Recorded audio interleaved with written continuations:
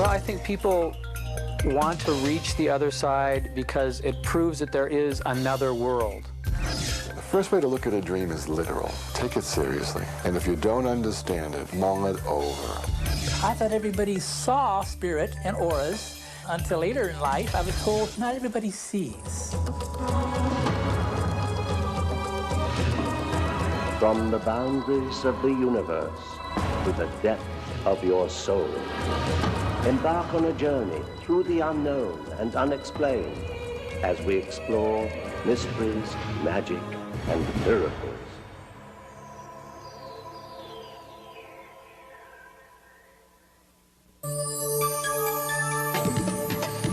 Hello and welcome. I'm Patrick McNee. Today, we'll probe into the unconscious mind through the world of dreams, and we look into spirits that revisit this world. But first, Jim and Susan will take us on a journey to the world beyond through a seance. Reaching the world beyond is a mystery to some and a solution to others. Could a seance be a second chance to resolve lingering conflicts with the dead? Our fascination with death and the hereafter stems from various instances, from seeing ghosts to living through near-death experiences.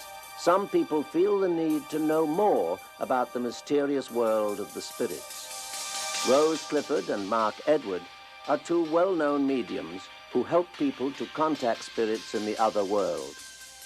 Well, I think people want to reach the other side because it proves that there is another world. I think that in the world we live in, people want escape. They want answers to questions. Spirits of ancestors, I call you forward. Let my words go forth, and let us know you are here. So all kinds of things can happen in a seance. You can have physical phenomena with things moving, or spirits appearing, noises, apports, things appearing, materializations. People have various reasons why they consult mediums. Some hope to communicate with their loved ones, to be reassured that they still exist. You have a gentleman who comes and he has a beard. He was bearded. I feel him standing behind you. His name was Christopher, I feel. There are two ways in which spirits communicate through mediums. One way is mental contact, which is known as clairvoyant mediumship. A group of people will come together to form a spirit circle. It usually entails short messages from spirits. Now, the name Mariette is coming from a lady in spirit. Marianne or Mariette. She belongs to somebody here. I see the face of the spirit coming from the other side. Sometimes I don't. It's a voice I hear telling me who they are. I don't think they enter the body. They enter your consciousness. I can't see because the spirit is not physical. I feel the connection comes here in the mind. The most spectacular form of communication with the spirits is trance sitting.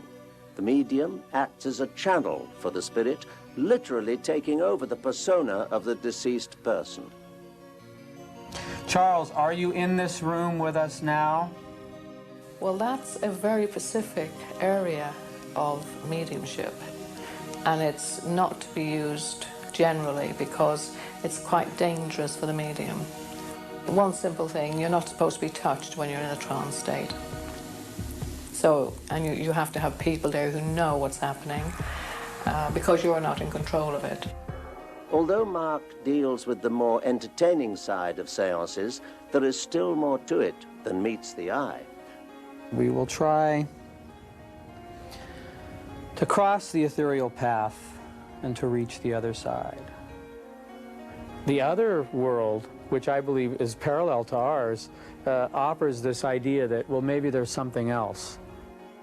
Charles, will you speak through me to the group?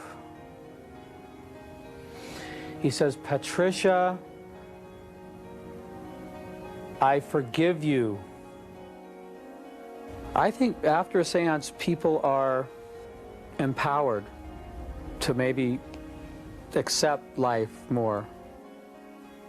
The guardian spirit is a concept that has been with mankind since the beginning of time. The Chinese called it the Great Person. The Hindus know it as the chosen God, and the Greek mystics knew it as the luminous self. More recently, the idea of the guardian spirit is known as the silent master. I can't see how we could manage without a guiding spirit, actually. Yes, each one has them. Whether we listen to them or not, that's another thing.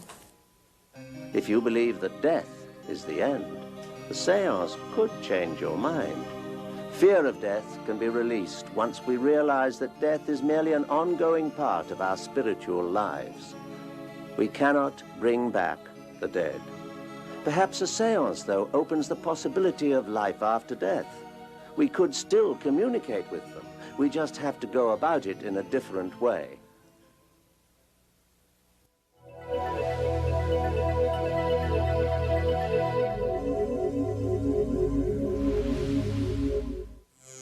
Sold at most toy stores, the Ouija board might look like a harmless game. But some believe it can have serious implications. Those who have used it as a channel to contact spirits believe in its abilities. But many claim there is danger in allowing spirits with evil intentions to enter. While answers to your questions can be a simple yes or no, there are times when names and dates are spelled out. Maybe it's mind over matter. Maybe it's not. At night, when our subconscious mind takes over, a delicate and intricate network of dreams are woven. Their hidden meaning can be revealed, but you must first remember them. Whether you know it or not, or even if you like it or not, every time you close your eyes, you dream. As human beings, we dream because that's what nature intended. We cannot not dream. Dogs dream, cats dream, elephants dream, even whales dream. But why do we dream? According to Dr. Arthur Bernard, we dream to wake up to a greater mind.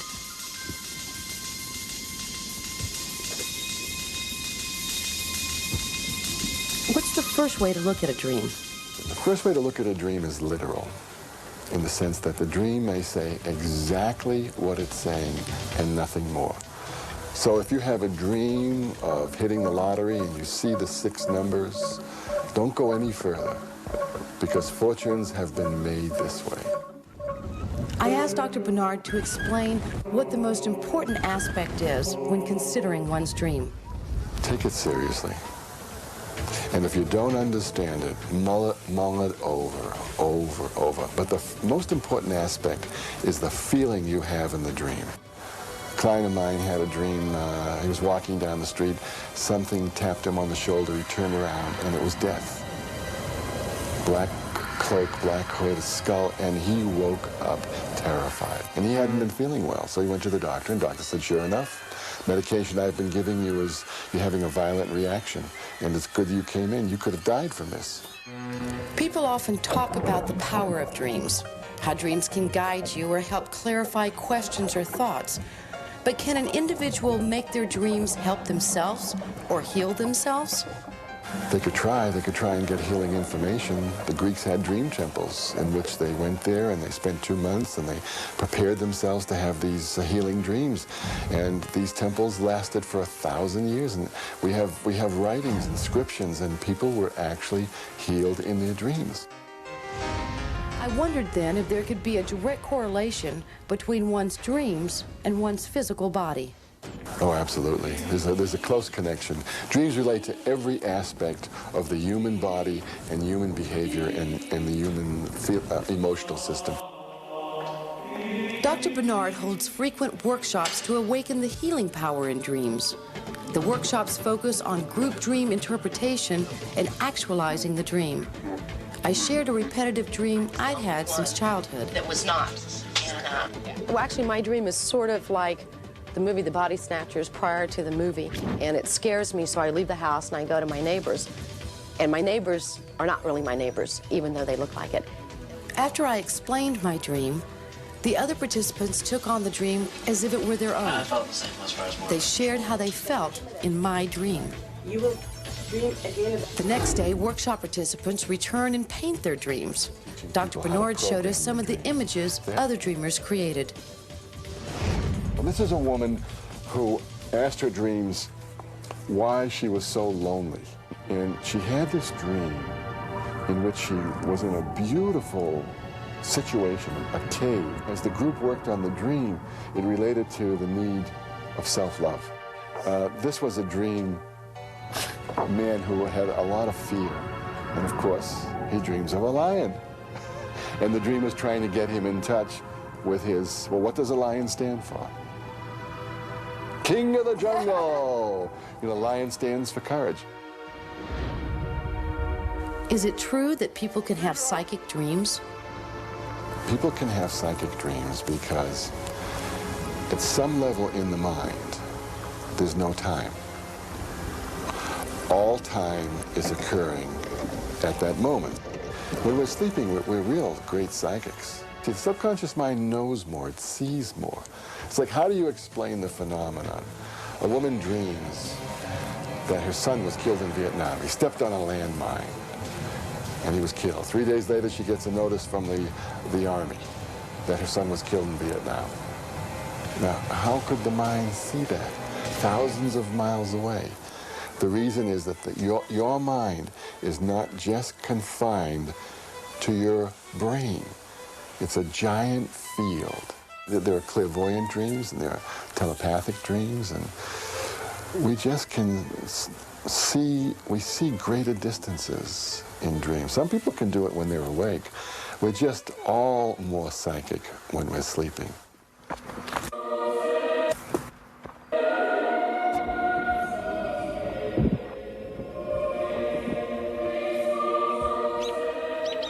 So how do you remember your dreams the next morning? Tell yourself when you go to sleep you're going to remember dreams. And when you wake up, lie still. Don't jump out of bed and, you know, say, what am I going to do today, or what's coming up? Just lie there quietly, keep your eyes closed, and say to yourself, what was I dreaming? What was I dreaming? Some people don't remember their dreams because they don't take them seriously. They don't feel they're important. I think women are more closer to the dream world. Women take their internal feelings more seriously. After we shared our dreams, Dr. Bernard hypnotized us. Tonight, this wisdom, all-knowing portion of your mind will send you a dream that will help bring the healing that your inner heart desires. Wherever your subconscious mind takes you tonight, sweet dreams.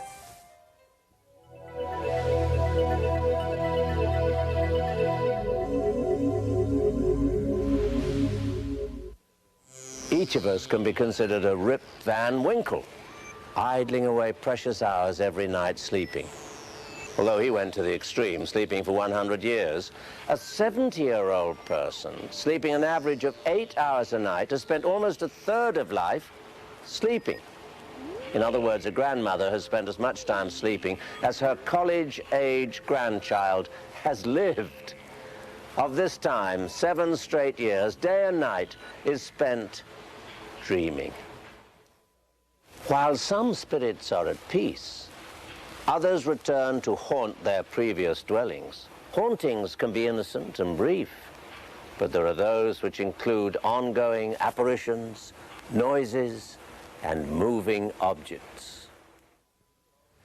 Hollywood has given us our fair share of demons, exorcisms, and hauntings. In real life, however, there are stories that make these movies seem pale in comparison. Harry Shepard is a dehaunter, or as he likes to call it, a spirit investigator. His everyday life deals with ghosts and spirits. Well, since I was 5 years old, I've been able to see them.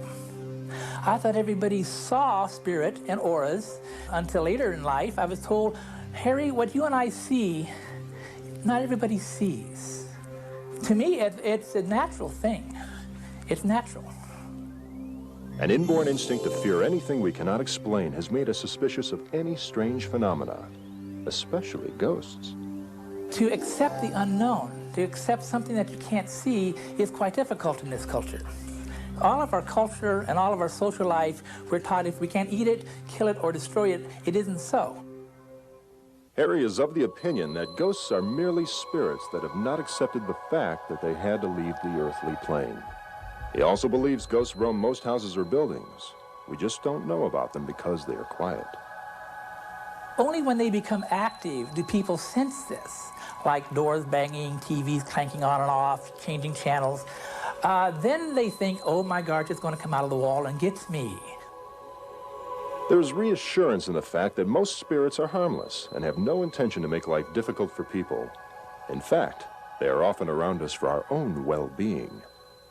Well, the spirit is perfectly content on the other side, but he feels he has to stay to nurture and to comfort the one on the living side. When sudden, inexplicable things occur in houses, Harry and a team of experts are normally called to investigate. The investigation is a team effort. We usually use a team of people of between 4 and 8. And each one of these has a different specialty. Some can see, some can hear, and some can sense. Everybody in the team is essential to gather any information on the strange phenomena. Some people can sense the presence of spirit, but not see it. Some people can see it and not sense it. I can walk into a residence and see if there is anybody there or if there isn't anybody there. They can appear any way that they want to. They can appear as the last they did in their physical life, or they can appear as a cloud. It's up to the spirit, individual. It is more than curiosity that moves people to call Harry to investigate any spirit presence in their house. We tell them who is there and why they're there. Most of the time they are there, but they behave themselves, the spirits that is. Even with the knowledge that spirits are around us and present in our houses, it is only when these spirits become troublesome that a dehaunting becomes necessary. The process to remove these spirits is far easier than we believe. Well, we ask it to leave. Simple as that. Would you mind leaving? There is no ceremony, there is no ritual that we go through. We simply ask it to leave. And why would a spirit stay where he wasn't wanted anyhow? One of the most notorious cases of spirit investigation is the John case in Los Angeles. Strange things occurred in and around the house. The only thing left to do was to call a team of spirit investigators. Something completely unexpected happened. It started out where they were taking Polaroid pictures, and by accident, one of them asked a question. And when the Polaroid picture was developed, there was an answer there. The phenomena of ghosts leave us with little proof, and sometimes just the idea that it was all a hallucination. The only physical proof is what they give us, like the pictures with the writing on them. What's the chance that you would get that exact answer with that exact picture at that exact time? Impossible. Over the years, Harry has built up a collection of voice recordings, those of spirits. At the time of the recording, the investigators wouldn't hear the voices, but when the tape is played back on the recorder, the ghosts' voices are distinct and definite in their answers. There was a child's grave, and sitting on top of this grave was the spirit form of a child. When we put the tape decks down to him, and he pulled it almost out of our hand, and we get this little whisper, "I'm scared." The critics have found every possible excuse to disprove the existence of spirits. They can always find skeptics to criticize everything in life, even death. You would think that Harry's job is horrifying, but in fact he enjoys it. He sees it as his mission in life to prove to people that there is nothing to be frightened about. We do this work for nothing, as a public service. The more proof we can gather, the better we feel we can serve the public. We do leave them with an idea that, hey, maybe there is something more to life than life. Harry views the spirit world as a natural part of our lives. He believes that it is the physical part of existence that is merely temporary. We have all lived many lives, and we'll all live many more. And the reason that we're here is to learn certain lessons, certain goals that we cannot learn on a non-physical reality, such as the spirit dimension. Ghosts and apparitions have given rise to legends and have created their own place in history. Maybe we can learn to accept ghosts as part of our everyday lives. After all, if we think about it, what are ghosts but the mere shadows of their former selves?